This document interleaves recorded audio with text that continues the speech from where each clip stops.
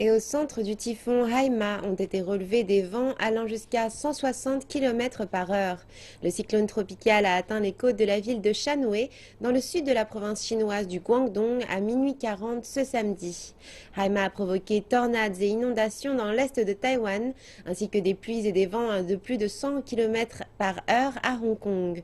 Dans la région administrative spéciale chinoise, les écoles et les bureaux ont été fermés et les négociations sur le marché boursier suspendues après la diffusion d'une alerte à la tempête de niveau 3.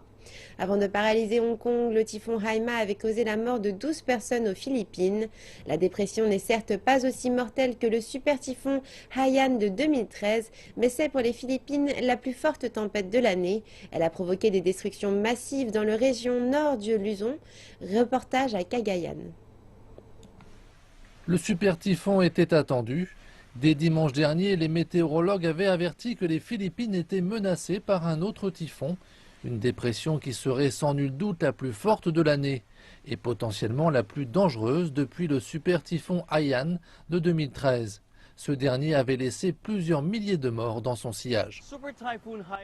Le super typhon Emma a été comparé au super typhon Haiyan de 2013, mais il n'a pas été aussi mortel.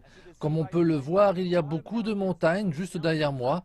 Elles ont affaibli Emma. Mais l'autre raison importante était qu'il n'y a pas eu de fortes tempêtes comme lors d'un tsunami. Malgré cela, le typhon fut dévastateur. Il était si puissant qu'il aurait emporté quiconque se trouvant à l'extérieur. En fait, il a poussé mon fils sur la route. Emma n'a peut-être pas été aussi dangereux, mais il a emporté leur maison. Ici, on commence à reconstruire, mais en attendant, les habitants sont contraints de passer la journée et la nuit sans abri.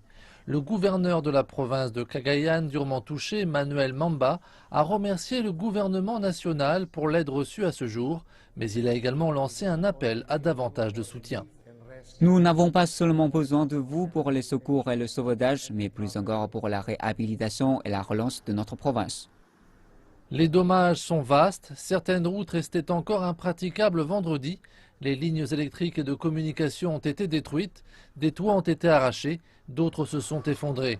Mais la volonté de la population reste solide, elle se ressaisit tout aussi rapidement que le typhon s'est évanoui.